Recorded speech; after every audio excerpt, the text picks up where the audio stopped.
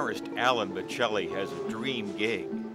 His day job as a pastry chef at the Saltspring Coffee Company's cafe in Ganges enables him to indulge in his twin passions, music and food.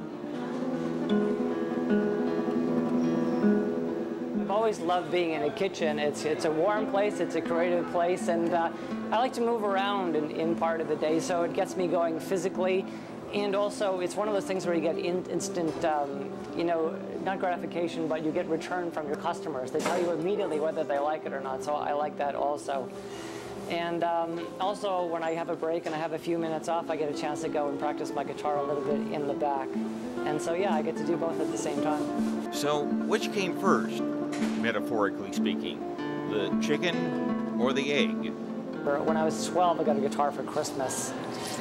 And I don't think I stepped into a kitchen until, probably 9 or 10 years later. And what's the connection between guitar picking and pastry making? When you work in a kitchen, what you want to do is maximize your efficiency, and you do so by eliminating steps. So you organize yourself in a way that you make the fewest amount of trips back and forth to the fridge.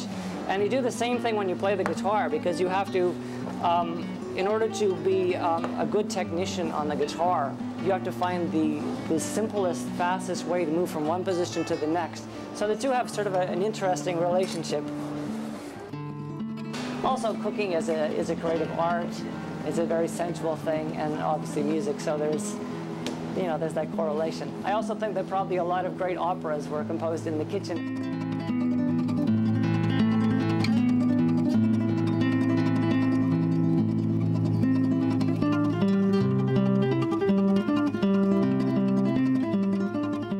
Now I'm going to do what I learned at university, a little bit of basket weaving.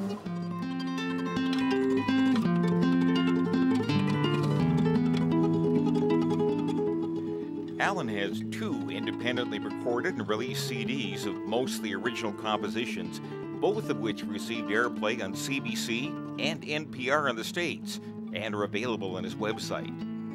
One of Alan's original compositions, a percolating little ditty called Okajava, named after one of his specialties, caught the ear of American folk star Christine Lavin, with whom Alan shared the stage at the Fulford Folk Club last year.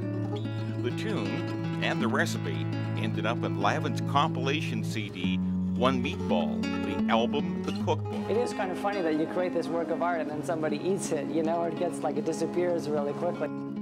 I think that's the great thing about recording a CD is, for the rest of your life, you have this thing that you accomplished and it's always around in some form or another.